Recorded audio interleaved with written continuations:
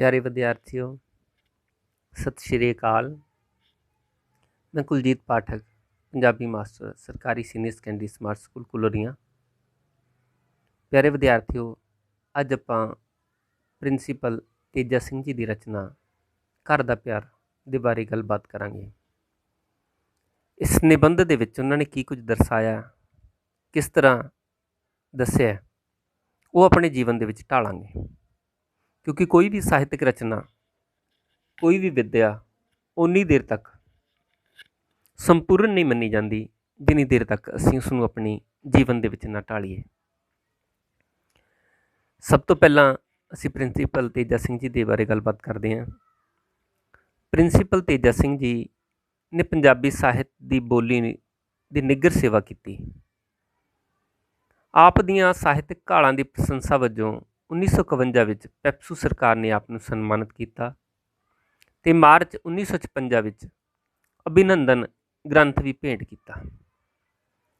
ਵਾਰਤਕ ਵਿੱਚ ਨਿਬੰਧ ਦੀਆਂ ਪੁਸਤਕਾਂ ਸਾਹਿਤ ਦਰਸ਼ਨ, ਨਵੀਆਂ ਸੋਚਾਂ, ਸਹਿਜ ਸੁਭਾਅ ਅਤੇ ਘਰ ਦਾ ਪਿਆਰ, ਇਹਨਾਂ ਤੋਂ ਇਲਾਵਾ ਆਪ ਜੀ ਦੀ ਇੱਕ ਸਾਹਿਤਕ ਸਵੈ ਜੀਵਨੀ ਆਰਸੀ, ਉਹ ਵੀ ਆਪ ਦੇ ਦੁਆਰਾ ਲਿਖੀ ਗਈ। ਜੇਕਰ ਆਪ ਜੀ ਦੀ ਰਚਨਾਵਾਂ ਦੀ ਗੱਲਬਾਤ ਕਰੀਏ ਤਾਂ ਰਚਨਾਵਾਂ ਪੜ੍ਹਨ 'ਤੇ ਉਹਨਾਂ ਦੀ ਸ਼ੈਲੀ ਹੀ ਦੱਸ ਦਿੰਦੀ ਹੈ ਕਿ ਇਹ ਰਚਨਾ ਪ੍ਰਿੰਸੀਪਲ ਤੇਜਾ ਸਿੰਘ ਜੀ ਦੀ ਹੈ। ਕਿਉਂਕਿ ਆਪ ਜੀ ਦੀਆਂ ਜੋ ਰਚਨਾਵਾਂ ਹਨ, ਉਹਨਾਂ ਦੀ ਜੋ ਲੜੀ ਆ, ਉਹ ਮੋਤੀਆਂ ਦੇ ਵਾਂਗ ਸ਼ਬਦਾਂ ਦੀ ਚੋਣ ਕਰਦੇ ਹੋਏ ਸਾਨੂੰ ਦੱਸ ਦਿੰਦੀ ਹੈ ਕਿ ਇਹ ਸ਼ੈਲੀ ਭਰਪੂਰ ਪ੍ਰਿੰਸੀਪਲ ਤੇਜਾ ਸਿੰਘ ਜੀ ਦੀ ਹੈ। ਇਸੇ ਹੀ ਤਰ੍ਹਾਂ ਅਸੀਂ ਜਦੋਂ ਅੱਜ ਉਹਨਾਂ ਦਾ ਨਿਬੰਧ ਵਾਰਤਕ ਦਾ ਲੇਖ ਪੜ੍ਹਾਂਗੇ, ਘਰ ਦਾ ਪਿਆਰ, ਉਹ ਸ਼ੈਲੀ ਸਾਨੂੰ ਦੇਖਣ ਨੂੰ ਮਿਲੇਗੀ ਅਤੇ ਪਤਾ ਲੱਗ ਜਾਂਦਾ ਹੈ ਵੀ ਇਹ ਪ੍ਰਿੰਸੀਪਲ ਤੇਜਾ ਸਿੰਘ ਜੀ ਦੀ ਇਸ ਤਰ੍ਹਾਂ ਦੀ ਰਚਨਾ ਹੈ, ਸ਼ੈਲੀ ਹੈ। ਸ਼ੁਰੂ ਦੇ ਵਿੱਚ ਪ੍ਰਿੰਸੀਪਲ ਤੇਜਾ ਸਿੰਘ ਜੀ ਕਹਿੰਦੇ ਨੇ, ਲਿਖ ਰਹੇ ਨੇ, ਘਰ ਇੱਟਾਂ ਜਾਂ ਵੱਟਿਆਂ ਦੇ ਬਣੇ ਕੋਠੇ ਨੂੰ ਨਹੀਂ ਕਹਿੰਦੇ। ਘਰ ਤੋਂ ਭਾਵ ਉਹ ਥਾਂ ਹੈ ਜਿੱਥੇ ਮਨੁੱਖ ਦੇ ਪਿਆਰ ਦੀਆਂ ਸਧਰਾਂ ਪਲਦੀਆਂ ਹਨ, ਜਿੱਥੇ ਬਾਲਪਨ ਵਿੱਚ ਮਾਂ, ਭੈਣ ਅਤੇ ਭਰਾ ਕੋਲੋਂ ਲਾਡ ਲਿਆ ਹੁੰਦਾ ਹੈ, ਜਿੱਥੇ ਜਵਾਨੀ ਵਿੱਚ ਸਾਰੇ ਜਹਾਨ ਨੂੰ ਗਾਹ ਕੇ, ਲਤਾੜ ਕੇ, ਖੱਟੀ ਕਮਾਈ ਕਰਕੇ ਮੁੜ ਆਉਣ ਨੂੰ ਜੀ ਕਰਦਾ ਹੈ, ਜਿੱਥੇ ਬੁਢੇਪੇ ਵਿੱਚ ਬਹਿ ਕੇ ਸਾਰੇ ਜੀਵਨ ਦੇ ਝਮੇਲਿਆਂ ਤੋਂ ਮਿਲੀ ਵੇਲ ਨੂੰ ਆਰਾਮ ਨਾਲ ਕੱਟਣ ਵਿੱਚ ਇਉਂ ਸਵਾਦ ਆਉਂਦਾ ਹੈ ਜਿਵੇਂ ਬਚਪਨ ਵਿੱਚ ਮਾਂ ਦੀ ਝੋਲੀ ਵਿੱਚ ਜਾਂ ਗੋਦ ਵਿੱਚ ਆਉਂਦਾ ਸੀ। ਘਰ ਮਨੁੱਖ ਦੇ ਨਿੱਜੀ ਵਲਵਲਿਆਂ ਅਤੇ ਸ਼ਖਸੀ ਰਹਿਣੀ ਦਾ ਕੇਂਦਰ ਹੁੰਦਾ ਹੈ। ਉਸ ਦੇ ਆਚਰਣ ਬਣਾਉਣ ਵਿੱਚ ਜਿੱਥੇ ਸਮਾਜਿਕ ਅਤੇ ਮੁਲਕੀ ਆਲੇ ਦੁਆਲੇ ਦਾ ਅਸਰ ਕੰਮ ਕਰਦਾ ਹੈ, ਉੱਥੇ ਘਰ ਦੀ ਚਾਰ ਦੀਵਾਰੀ ਅਤੇ ਇਸ ਦੇ ਅੰਦਰ ਦੇ ਹਾਲਤ ਦਾ ਅਸਰ ਵੀ ਘੱਟ ਕੰਮ ਨਹੀਂ ਕਰਦਾ। ਕਿਉਂਕਿ ਉਹ ਦੱਸ ਰਹੇ ਨੇ ਕਿ ਮਨੁੱਖ ਦਾ ਆਚਰਣ ਹੈ ਜਿਹੜਾ, ਉਹ ਬਣਦਾ ਹੀ ਘਰ ਤੋਂ ਹੈ। ਕਿਉਂਕਿ ਘਰ ਉਸ ਦੀਆਂ ਰੁਚੀਆਂ ਅਤੇ ਉਸ ਦੇ ਸੁਭਾਅ ਦਾ ਸਾਂਚਾ ਹੈ। ਅੱਗੇ ਵਰਣਨ ਕਰ ਰਹੇ ਨੇ ਅਤੇ ਇਸ ਚੀਜ਼ ਨੂੰ ਬੱਚੇ, ਵਿਦਿਆਰਥੀਓ, ਗੌਰ ਨਾਲ ਦੇਖਣ ਦੀ ਲੋੜ ਹੈ ਅਤੇ ਸਮਝਣ ਦੀ ਲੋੜ ਹੈ ਵੀ ਜੇਕਰ ਸਾਨੂੰ ਕੋਈ ਕੱਲ੍ਹ ਨੂੰ ਜਾਂ ਕਦੇ ਵੀ ਜ਼ਿੰਦਗੀ ਦੇ ਵਿੱਚ ਕੋਈ ਸੜੀਅਲ ਜਾਂ ਸੱਜਣ ਜਾਂ ਕੋਈ ਵੀ ਵਿਅਕਤੀ ਅਜਿਹਾ ਮਿਲਦਾ ਹੈ ਜਾਂ ਸਾਡੇ ਨੇੜੇ ਤੇੜੇ ਹੋ ਸਕਦਾ ਹੈ, ਤਾਂ ਸੋਚਣਾ ਵੀ ਇਹ ਅਜਿਹਾ ਕਿਉਂ ਹੈ। ਅੱਗੇ ਜੋ ਵਰਣਨ ਕਰ ਰਹੇ ਨੇ ਉਹਦੇ ਉੱਤੇ ਨਜ਼ਰ ਮਾਰਨਾ। ਪ੍ਰਿੰਸੀਪਲ ਤੇਜਾ ਸਿੰਘ ਜੀ ਕਹਿੰਦੇ ਨੇ, ਕਈ ਵਾਰੀ ਕਹਿੰਦੇ ਜਦੋਂ ਮੈਂ ਕਿਸੇ ਸੱਜਣ ਨੂੰ ਕੋਝੇ, ਸੜੀਅਲ ਜਾਂ ਖਿਝੂ ਸੁਭਾਅ ਵਾਲਾ ਵੇਖਦਾ ਹਾਂ ਤਾਂ ਮੈਂ ਦਿਲ ਵਿੱਚ ਕਹਿੰਦਾ ਕਿ ਇਸ ਵਿਚਾਰੇ ਨੂੰ ਘਰ ਦਾ ਪਿਆਰ ਨਹੀਂ ਮਿਲਿਆ ਹੋਣਾ। ਇੱਥੇ ਇੱਕ ਉਹ ਉਦਾਹਰਣ ਦੇ ਜ਼ਰੀਏ ਪੇਸ਼ ਕਰ ਰਹੇ ਨੇ ਕਿ ਇੱਕ ਮੇਰੇ ਜਾਣਕਾਰ ਬਿਰਧ ਬੀਬੀ ਜੀ ਹਨ ਜੋ ਨੇਕੀ ਅਤੇ ਉਪਕਾਰ ਦੀ ਪੁਤਲੀ ਹਨ। ਸਵੇਰ ਸ਼ਾਮ ਬਿਨਾਂ ਨਾਗਾ ਨਿਤਨੇਮ ਕਰਦੇ ਗੁਰਦੁਆਰੇ ਦੀ ਪਰਿਕਰਮਾ ਕਰਦੇ ਹਨ। ਕਿਸੇ ਦੇ ਦੁੱਖ ਨੂੰ ਦੇਖ ਕੇ ਜਰ ਨਹੀਂ ਸਕਦੇ। ਵਲਵਲਾ ਉਹਨਾਂ ਵਿੱਚ ਇੰਨਾ ਕੋਮਲ ਅਤੇ ਪਵਿੱਤਰ ਹੈ ਕਿ ਚੱਪੇ ਚੱਪੇ ਅਤੇ ਹਮਦਰਦੀ ਨਾਲ ਫਿਸ ਪੈਂਦੇ ਹਨ। ਬੱਚਿਆਂ ਨੂੰ ਦੇਖ ਕੇ ਤਾਂ ਬੱਚੇ ਹੀ ਬਣ ਜਾਂਦੇ ਹਨ, ਪਰ ਸੁਭਾਅ ਉਹਨਾਂ ਦਾ ਬਹੁਤ ਖਰਵਾ ਹੈ। ਨਿੱਕੀ ਨਿੱਕੀ ਗੱਲ 'ਤੇ ਖਿਝ ਪੈਂਦੇ ਹਨ, ਗੁੱਸੇ ਵਿੱਚ ਆ ਕੇ ਆਪੇ ਤੋਂ ਬਾਹਰ ਹੋ ਜਾਂਦੇ ਹਨ। ਉਸ ਹਾਲਤ ਵਿੱਚ ਉਹਨਾਂ ਨੂੰ ਦੇਖੇ ਤਾਂ ਮਾਲੂਮ ਹੁੰਦਾ ਹੈ ਕਿ ਉਹਨਾਂ ਦੇ ਦਿਲ ਵਿੱਚ ਕੋਈ ਤਰਸ ਨਹੀਂ, ਕੋਈ ਪਿਆਰ ਨਹੀਂ, ਪਰ ਹੁੰਦੇ ਉਸ ਵਕਤ ਵੀ ਉਨੇ ਹੀ ਨਰਮ ਤੇ ਕੋਮਲ ਹਨ। ਕੇਵਲ ਕੋਮਲਤਾ ਤੇ ਨਰਮੀ ਗੁੱਸੇ ਦੇ ਪਰਦੇ ਹੇਠ ਛੁਪੀ ਹੁੰਦੀ ਹੈ। ਇਸ ਗੁੱਸੇ ਤੇ ਚੱਲ ਪੁਣੇ ਦੇ ਕਾਰਨ ਉਹਨਾਂ ਦੀ ਜ਼ਿੰਦਗੀ ਦਾ ਪਿੱਛਾ ਫਰੋਲਣ ਤੋਂ ਇਹ ਮਾਲੂਮ ਹੁੰਦਾ ਹੈ ਕਿ ਉਹਨਾਂ ਨੂੰ ਘਰ ਦਾ ਪਿਆਰ ਨਹੀਂ ਮਿਲਿਆ। ਪਤੀ ਜਵਾਨੀ ਵਿੱਚ ਹੀ ਸਾਥ ਛੱਡ ਗਿਆ ਤੇ ਝੋਲੀ ਪੁੱਤਰਾਂ ਧੀਆਂ ਤੋਂ ਖਾਲੀ ਰਹੀ। ਕਿਸੇ ਨੇ ਨਿੱਕੀਆਂ ਨਿੱਕੀਆਂ ਬਾਹਾਂ ਗਲ ਵਿੱਚ ਪਾ ਕੇ ਨਹੀਂ ਆਖਿਆ, ਬੀਜੀਓ ਮੈਂ ਕਿੱਡਾ ਸੋਹਣਾ ਵਾਂ। ਅੱਗੇ ਵਰਣਨ ਕਰ ਰਹੇ ਨੇ ਪ੍ਰਿੰਸੀਪਲ ਤੇਜਾ ਸਿੰਘ ਜੀ। ਵਿਦਵਾਨ ਜਾਂ ਵਖਿਆਨ ਜਿਨ੍ਹਾਂ ਨੇ ਆਪਣੇ ਆਚਰਣ ਦੇ ਵਿੱਚ ਨਹੀਂ ਢਾਲਿਆ ਹੁੰਦਾ, ਪਰ ਉਹ ਕਥਾ ਜ਼ਰੂਰ ਕਰਦੇ ਆ। ਸਾਨੂੰ ਮਹਿਸੂਸ ਹੁੰਦਾ ਜਦੋਂ ਤੇ ਅਸੀਂ ਮਹਿਸੂਸ ਕਰੀਏ ਵੀ ਇਹ ਕਥਾਕਾਰ ਆਪਣੀ ਜ਼ਿੰਦਗੀ ਦੇ ਵਿੱਚ ਉਹ ਕਥਾ ਨਹੀਂ ਲੈ ਕੇ ਆਏ ਜੋ ਲੈ ਕੇ ਆਉਣੀ ਚਾਹੀਦੀ ਹੈ, ਤਾਂ ਇੱਕ ਉਦਾਹਰਨ ਦੇ ਜ਼ਰੀਏ ਉਸ ਨੂੰ ਪੇਸ਼ ਕਰ ਰਹੇ ਨੇ। ਪ੍ਰਿੰਸੀਪਲ ਤੇਜਾ ਸਿੰਘ ਜੀ ਕਹਿੰਦੇ ਨੇ ਕਿ ਮੈਂ ਕਈ ਵੱਡੇ ਵੱਡੇ ਕਥਾਕਾਰ ਦੇਖੇ ਹਨ ਜੋ ਬਾਹਰ ਪੰਡਾਲਾਂ ਵਿੱਚ ਕਥਾ ਕਰਦਿਆਂ ਜਾਂ ਵਖਿਆਨ ਦਿੰਦਿਆਂ ਲੋਕਾਂ ਨੂੰ ਆਪਣੀ ਸਿਆਣਪ ਤੇ ਵਿੱਦਿਆ ਦੇ ਚਮਤਕਾਰ ਦੱਸ ਕੇ ਹੈਰਾਨ ਕਰ ਦਿੰਦੇ ਹਨ, ਪਰ ਜੇ ਕੋਈ ਦੁਖੀਆ ਜਾਂ ਲੋੜਵੰਦ ਉਹਨਾਂ ਦੇ ਦਰ 'ਤੇ ਜਾ ਖੜੋਵੇ ਤਾਂ 4-4 ਘੰਟੇ ਸ਼ਾਇਦ ਮੁਲਾਕਾਤ ਲਈ ਉਡੀਕਣਾ ਪਵੇ, ਤੇ ਜੇ ਮਿਲਣ ਵੀ ਤਾਂ ਉਹਨਾਂ ਦਾ ਦਿਲ ਹਮਦਰਦੀ ਨਾਲ ਨਹੀਂ ਪੰਗਰਦਾ। ਅੱਖਾਂ ਨਮੂਰਦ ਦੀ ਕਬਰ ਦੇ ਵਾਂਗ ਸਦਾ ਸੁੱਕੀਆਂ ਹੀ ਰਹਿੰਦੀਆਂ ਹਨ, ਤਰਸ ਜਾਂ ਪਿਆਰ ਨਾਲ ਸੇਜਲ ਨਹੀਂ ਹੋਈਆਂ।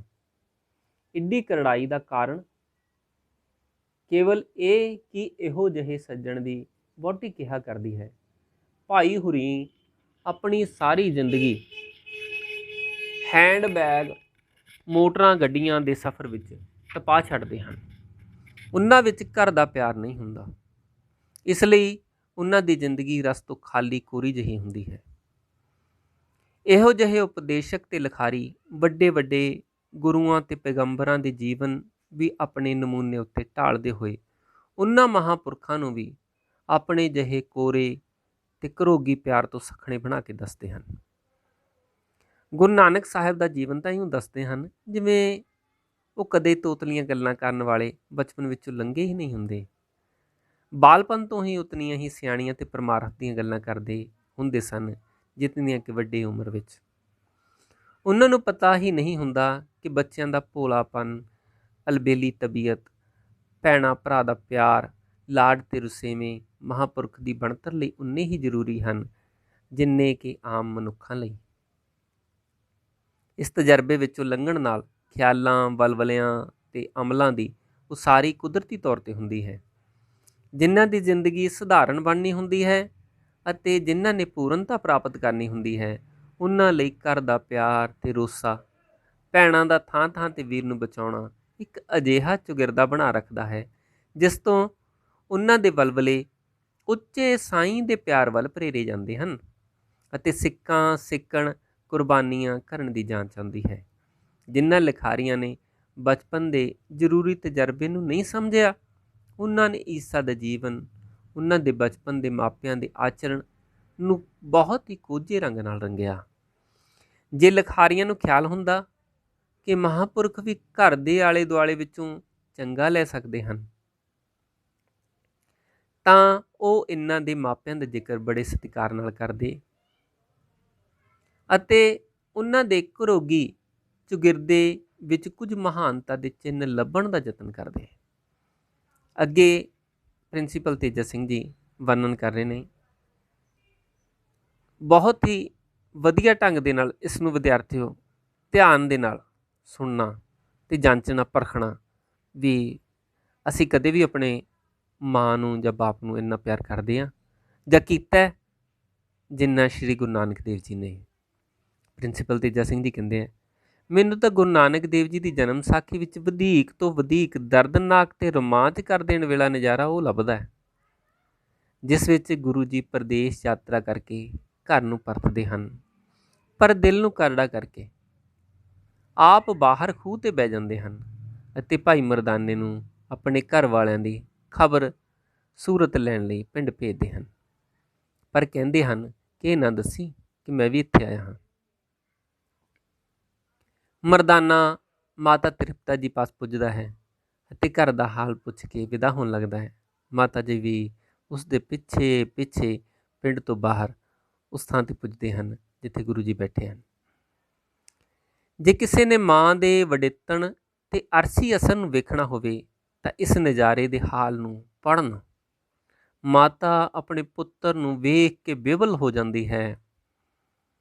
ਉਸ ਵੇਲੇ ਜੋ ਮਮਤਾ ਵਾਲੇ ਲਫ਼ਜ਼ ਕਹਿੰਦੀ ਹੈ, ਉਹਨਾਂ ਦਾ ਕਰੁਣਾ ਰਸ ਉੱਚੀ ਤੋਂ ਉੱਚੀ ਕਵਿਤਾ ਤੇ ਉੱਚੇ ਤੋਂ ਉੱਚੇ ਵਲਵਲੇ ਨੂੰ ਮਾਤ ਕਰਦਾ ਹੈ।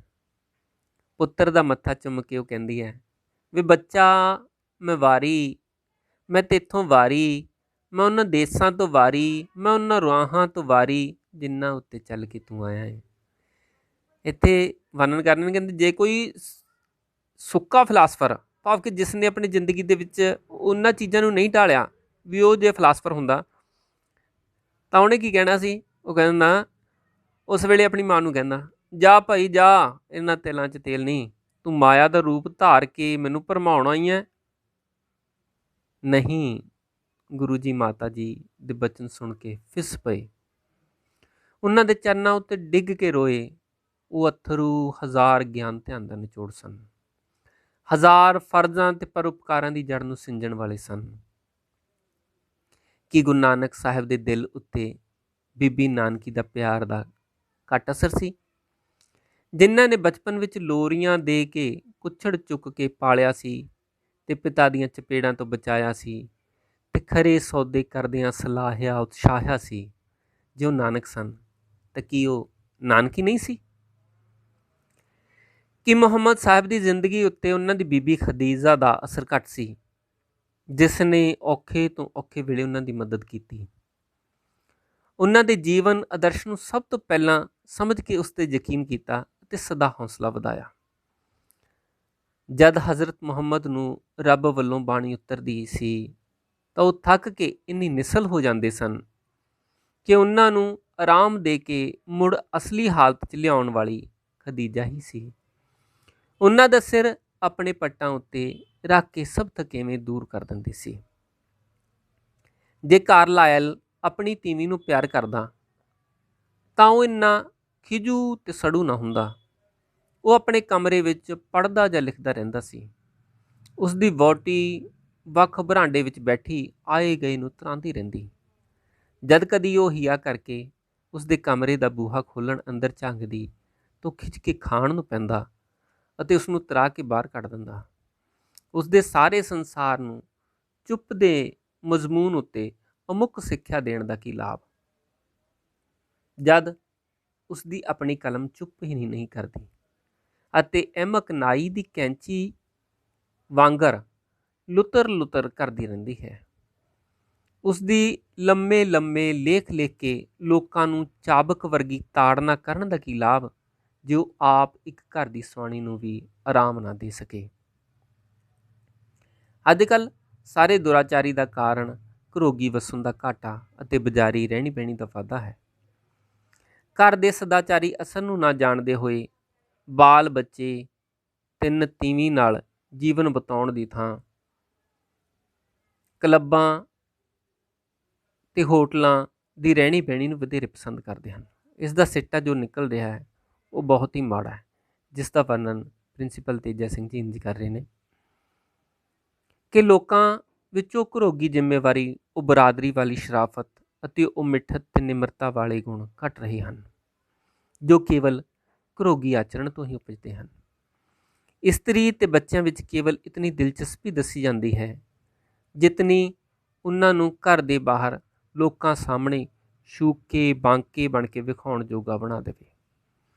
ਇਹ ਬਹੁਤ ਹੀ ਘੱਟ ਦੇਖਿਆ ਜਾਂਦਾ ਹੈ ਕਿ ਘਰ ਦਾ ਮਾਲਕ ਆਪਣੇ ਘਰ ਦੇ ਬੰਦਿਆਂ ਨਾਲ ਕੋਈ ਦਿਮਾਗੀ, ਸਦਾਚਾਰਕ ਜਾਂ ਆਤਮਿਕ ਉન્નਤੀ ਵਾਲੇ ਸਾਧਨ ਇਕੱਠੇ ਕਰਦਾ ਹੋਵੇ।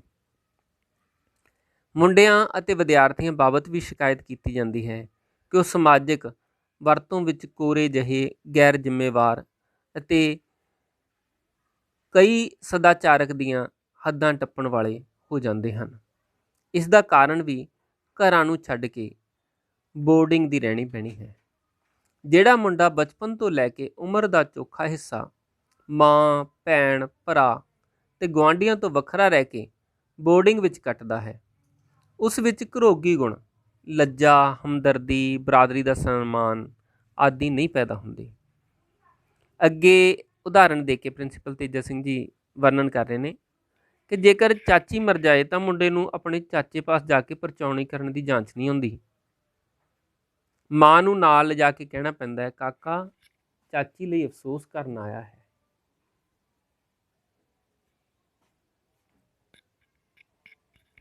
ਅਸਲੀ ਧਾਰਮਿਕ ਜੀਵਨ ਦੀ ਨੀਂਹ ਘਰ ਦੀ ਰਹਿਣੀ ਬਹਿਣੀ ਵਿੱਚ ਰੱਖੀ ਜਾ ਸਕਦੀ ਹੈ, ਪਰ ਲੋਕਾਂ ਦੀ ਰੁਚੀ ਘਰਾਂ ਵੱਲ ਘੱਟ ਹੋਣ ਕਰਕੇ ਧਾਰਮਿਕ ਰਹਿਣੀ ਵੀ ਇੱਕ ਲੋਕਚਾਰਾ ਬਣ ਗਈ ਹੈ। ਧਰਮ ਘਰਾਂ ਚੋਂ ਨਿਕਲ ਕੇ ਬਾਜ਼ਾਰਾਂ ਵਿੱਚ ਆ ਗਿਆ ਹੈ। ਲੋਕੀ ਧਰਮ ਦੀ ਕਮਾਈ ਬਸ ਇਸੇ ਨੂੰ ਸਮਝੀ ਬੈਠੇ ਹਨ ਕਿ ਦਿਨ ਦਿਹਾੜ ਨੂੰ ਕਿਸੇ ਦੀਵਾਨ ਵਿੱਚ ਹਾਜ਼ਰ ਹੋ ਕੇ ਪਾਠ, ਲੈਕਚਰ ਜਾਂ ਅਰਦਾਸ ਨੂੰ ਸੁਣ ਛੱਡਣ। ਘਰ ਵਿੱਚ ਇਸਤਰੀ ਬੱਚਿਆਂ ਨਾਲ ਰਲ ਕੇ ਪਾਠ ਕਰਨਾ ਜਾਂ ਅਰਦਾਸ ਕਰਨੀ ਬਹੁਤ ਹੀ ਘੱਟ ਵੇਖੀ ਜਾਂਦੀ ਹੈ।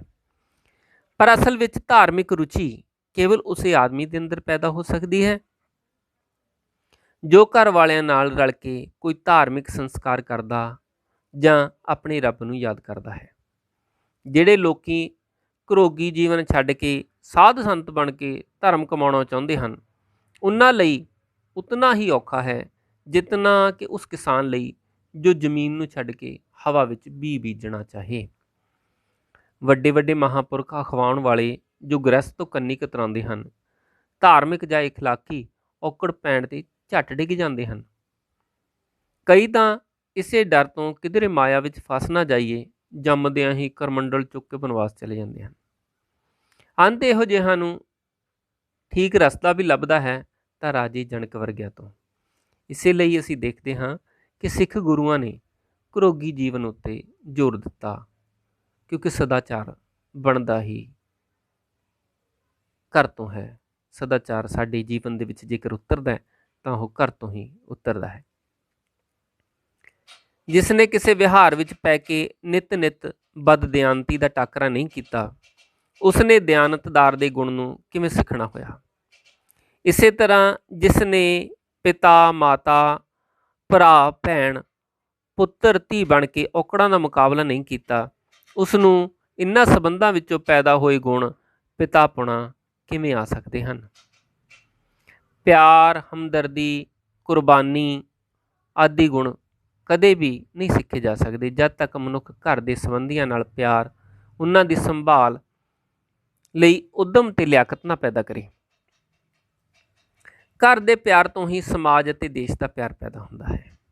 ਕੇਵਲ ਉਹੀ ਲੋਕ ਆਪਣੇ ਮੁਲਕ ਉੱਤੇ ਹਮਲੇ ਜਾਂ ਅਤਿਆਚਾਰ ਹੁੰਦੇ ਨਹੀਂ ਸਹਾਰ ਸਕਦੇ ਜਿਨ੍ਹਾਂ ਦੇ ਘਰਾਂ ਨੂੰ, ਟੱਬਰ ਨੂੰ, ਵਹੁਟੀ ਤੇ ਬੱਚਿਆਂ ਨੂੰ ਨੁਕਸਾਨ ਹੋਣ ਦਾ ਖਤਰਾ ਹੁੰਦਾ ਹੈ। ਮੈਨੂੰ ਹਿੰਦੁਸਤਾਨ ਉਤਨਾ ਹੀ ਪਿਆਰਾ ਹੈ ਜਿਤਨਾ ਮੇਰੇ ਆਪਣੇ ਅਡਿਆਲੇ ਪਿੰਡ ਦਾ ਕੱਚਾ ਕੋਠਾ ਅਤੇ ਉਸ ਵਿੱਚ ਵਸਦੇ ਬੰਦੇ ਪਿਆਰੇ ਹਨ। ਪ੍ਰਿੰਸੀਪਲ ਤੇਜਾ ਸਿੰਘ ਜੀ ਅੱਗੇ ਦੱਸ ਰਹੇ ਨੇ ਕਿ ਮੈਨੂੰ ਯਾਦ ਹੈ ਜਦ ਮੈਂ ਰਾਵਲਪਿੰਡੀ ਪੜ੍ਹਦਾ ਹੁੰਦਾ ਸਾਂ ਤਾਂ ਹਰ ਹਫ਼ਤੇ ਐਤਵਾਰ ਕੱਟਣ ਆਪਣੇ ਪਿੰਡ ਜਾਂਦਾ ਹੁੰਦਾ ਸਾਂ। ਅਤੇ ਕਈ ਵਿਦਿਆਰਥੀ ਤੁਹਾਡੇ ਵਿੱਚੋਂ ਵੀ ਦੂਰ ਰਹਿ ਰਹੇ ਹੋਣੇ, ਪੜ੍ਹਦੇ ਹੋਣੇ, ਅਤੇ ਜਦੋਂ ਪਿੰਡ ਜਾਂਦੇ ਹੋਣ ਤਾਂ ਇਸ ਦ੍ਰਿਸ਼ ਦੇ ਵੱਲ ਜੋ ਪ੍ਰਿੰਸੀਪਲ ਤੇਜਾ ਸਿੰਘ ਜੀ ਨੇ ਬਿਆਨ ਕੀਤਾ ਉਹਦੇ ਵੱਲ ਜ਼ਰੂਰ ਝਾਤ ਮਾਰਨੀ, ਨਜ਼ਰ ਕਰਨੀ।